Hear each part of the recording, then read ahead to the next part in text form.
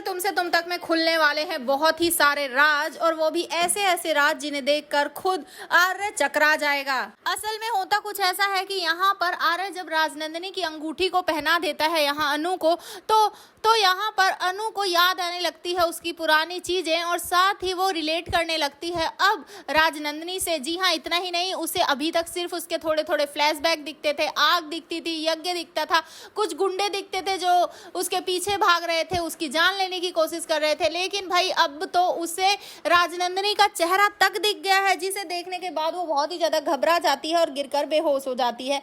यहाँ जब उसे अंदर ले जाया जाता है तभी वो बताती है कि मैंने एक लड़की को देखा और आज मैंने उसका चेहरा पूरा देखा, जिसे सुनने के बाद माँ वो घबरा जाती है और कहती है मतलब। तभी यहाँ पर अब जो पुष्पा जी और गोपाल जी होते हैं वो सारी बात बताते हैं कि आखिर अनु के साथ अष्टमी के दिन पर क्या होता है, जिसके बाद यहाँ पर अब माँ घबरा जाती है और कहती है कि अष्टमी के दिन ही तो मेरी राजनंदिनी इस दुनिया से गई थी, क्या मेरी राजनंदिनी से अनु तुम्हारा कोई लेना देना है। जिसके बाद यहाँ पर वो अनु को उसकी फोटो दिखाएंगी, जिसे देखने के बाद अनु कहेगी कि हाँ ये तो वही लड़की है जो मुझे अभी अभी दिखी थी अपने सपने में, मतलब अपने आंखों के सामने।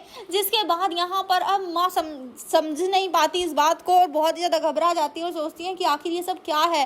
जिसके बाद इस बात को इग्नोर करके अब यहाँ पर अनु आर्य की शादी होते हुए नजर आएगी। जिसके बाद यहाँ पर अब जो सिद्धि माता है उनके घर पर जो वो लड़का है उसे लेकर भी अनु इस घर में आएगी, जो कि इसी घर का शख्स है।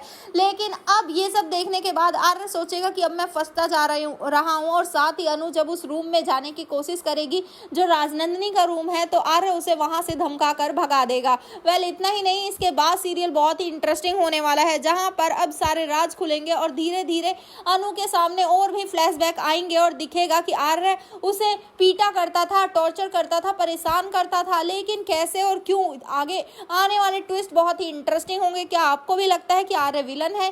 क्या अनु को यानी कि राजनंदिनी को मारने वाला कोई और नहीं बल्कि आर्य ही है? आपको क्या लगता है हमें कमेंट जरूर करें। ऐसे ही खबरों से जुड़े रहने के लिए हमारे चैनल को जरूर सब्सक्राइब कर लें।